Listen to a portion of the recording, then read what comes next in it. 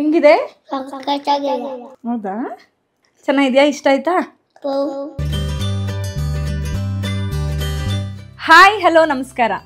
Welcome to connect Kannada YouTube channel. ನಾನು ನಿಮ್ಮ Yashasvini master Anand. ಎಲ್ಲರಿಗೂ ಬೆಳಕಿನ ಹಬ್ಬ ದೀಪಾವಳಿಯ ಹಾರ್ದಿಕ ಶುಭಾಶಯಗಳು. ಕತ್ಲನ್ನ ಗೆಲ್ಲೋಕೆ ಬೆಳಕು ಬೇಕು. ಗಂಡನನ್ನ ಗೆಲ್ಲಬೇಕಂದ್ರೆ ರುಚಿಯಾದ ಅಡುಗೆ ಮಾಡಬೇಕು. ಗಂಡ ಒಲಿದ್ರೆ ಗುಂಡು ಪಾವನ ಅಂತಾರೆ.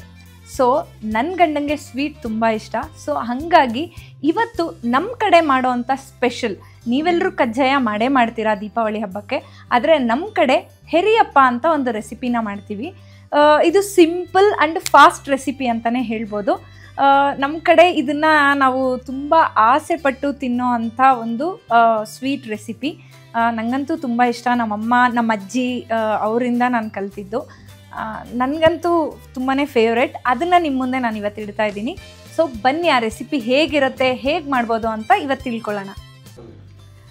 ಸೊ ಈ ಎರಿಯಪ್ಪಗೆ ಬೇಕಾಗಿರೋವಂಥ ಇಂಗ್ರೀಡಿಯೆಂಟ್ಸ್ ಏನಪ್ಪ ಅಂದರೆ ಅಕ್ಕಿ, ಬೆಲ್ಲ, ಕಾಯಿ, ಏಲಕ್ಕಿ, 4 ಇಂಗ್ರೀಡಿಯೆಂಟ್ಸ್ ಅಷ್ಟೇ, ಬೇರೆ ಇನ್ನೇನು ಇಲ್ಲ. ಬಟ್ ಏನಂದರೆ ಒಂದೇ ಒಂದು, ಅಕ್ಕಿನ ಒಂದು 2 hours ಆದರೂ ನೆನೆಸಿರಬೇಕು. ಯಾಕಂದರೆ ಅದು ಸ್ವಲ್ಪ ಮೆತ್ತಗಾದ್ಮೇಲೆ ರುಬ್ಬೇಕಲ್ವಾ. ಸೊ ಹಾಗಾಗಿ ಅದನ್ನು ಒಂದು 2 hours ನೆನೆಸಿರಬೇಕು. ಅಂದರೆ ನೀವು ಬೆಳಗ್ಗೆ ಸ್ವೀಟ್ ಮಾಡ್ತೀರಾ, 10:30-11 ಗಂಟೆಗೆ ಸ್ವೀಟ್ ರೆಡಿ ಇರಬೇಕು ಅಂದರೆ ನೀವು ಬೆಳಗ್ಗೆ ಒಂದು 8 ಗಂಟೆಗೆ ಎದ್ದು ನೆನೆ ಹಾಕ್ಬಿಟ್ರೆ 11 ಗಂಟೆಗೆಲ್ಲ ನಿಮಗೆ 10 ಗಂಟೆಗೆಲ್ಲ ಸ್ವೀಟ್ ರೆಡಿ ಆಗಿಬಿಡುತ್ತೆ. ಯಾಕೆಂದರೆ ಒಂದು 10 minutes ಪ್ರೋಸೆಸ್ ಅಷ್ಟೇ ಅಕ್ಕಿ ನೆನೆಸಿದ್ರೆ ಮಾತ್ರ. ಸೊ ಇದನ್ನು ಹೇಗೆ ಮಾಡೋದು ಅಂತ ನಾನು ನಿಮ್ಗೆ ಹೇಳ್ತೀನಿ. ಹೇಗೆ ಅಂದರೆ, ನೆನೆಸಿರೋ ಅಕ್ಕಿನ ಚೆನ್ನಾಗಿ ರುಬ್ಕೋಬೇಕು ಫಸ್ಟು. ಅದು ರುಬ್ಕೊಂಡ್ಮೇಲೆ ಒಂಥರ ತರಿ ಆಗತ್ತೆ. ಅದಾದಮೇಲೆ ನಾವು ಕಾಯಿನ ಆ್ಯಡ್ ಮಾಡಬೇಕು. ಕಾಯಿನ ಆ್ಯಡ್ ಮಾಡಿ ಮತ್ತೆ ಒಂದ್ಸಲಿ ಗಿರ್ರನ್ಸ್ಕೋಬೇಕು. ಅದಾದಮೇಲೆ ಬೆಲ್ಲನ ಆ್ಯಡ್ ಮಾಡಬೇಕು. ಬೆಲ್ಲನ ಆ್ಯಡ್ ಮಾಡಿದ್ಮೇಲೆ ನಾವಿಲ್ಲೆಲ್ಲೂ ನೀರು ಹಾಕಲ್ಲ, ಯಾಕೆಂದರೆ ಬೆಲ್ಲ ನೀರು ಬಿಟ್ಕೊಳತ್ತೆ. ಸೊ ಬೆಲ್ಲನ ಆ್ಯಡ್ ಮಾಡಿ ಅದ್ರ ಜೊತೆಗೇ ಏಲಕ್ಕಿನೂ ಆ್ಯಡ್ ಮಾಡಿ ಒಂದು ಸ್ವಲ್ಪ ದೋಸೆ ಬ್ಯಾಟ್ರಿಗಿಂತ ಕಮ್ಮಿ, ಅಂದರೆ ಇಡ್ಲಿ ಬ್ಯಾಟ್ರಿಗಿಂತ ಒಂಚೂರು ಜಾಸ್ತಿ, ಒಂಥರ ಆ ಒಂದು ಹದಕ್ಕೆ ನಾವು ರೆಡಿ ಮಾಡ್ಕೋಬೇಕು. ಅದು ರೆಡಿ ಮಾಡ್ಕೊಂಡಾದ್ಮೇಲೆ ಒಂದು ಬಾಣಲಿಲಿ ಎಣ್ಣೆನ ಕಾಯಕ್ಕಿಡಬೇಕು. ಆ ಎಣ್ಣೆ ಚೆನ್ನಾಗಿ ಕಾದ ಮೇಲೇ ಈ ಏನು ಬ್ಯಾಟರ್ನ ರೆಡಿ ಮಾಡ್ಕೊಂಡಿರ್ತೀರಲ್ಲ ಅದನ್ನು ಸ್ಪೂನಲ್ಲಿ ತೊಗೊಂಡು ಒಂದೊಂದೇ ಬಿಡಬೇಕು. ಅದು ಒಂದೊಂದು ಶೇಪ್ ಬರುತ್ತೆ, ಬಟ್ ಏನೂ ಮಾಡೋಕ್ಕಾಗಲ್ಲ. ಬಟ್ ಟೇಸ್ಟ್ ಮಾತ್ರ ಅಲ್ಟಿಮೇಟ್ ಆಗಿರುತ್ತೆ.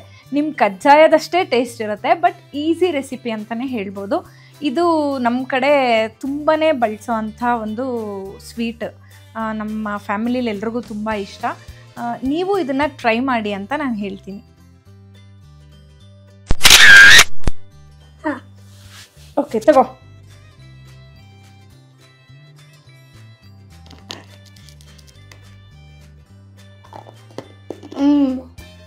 ಹೆಂಗಿದೆ? ಸಖತ್ತಾಗಿದೆ. ಹೌದಾ? ಅಂತ ನಿಧಾನಕ್ಕೆ ಇಡೋದಲ್ಲ, ಜೋರಾಗೆ ಹೇಳ್ಬೋದು.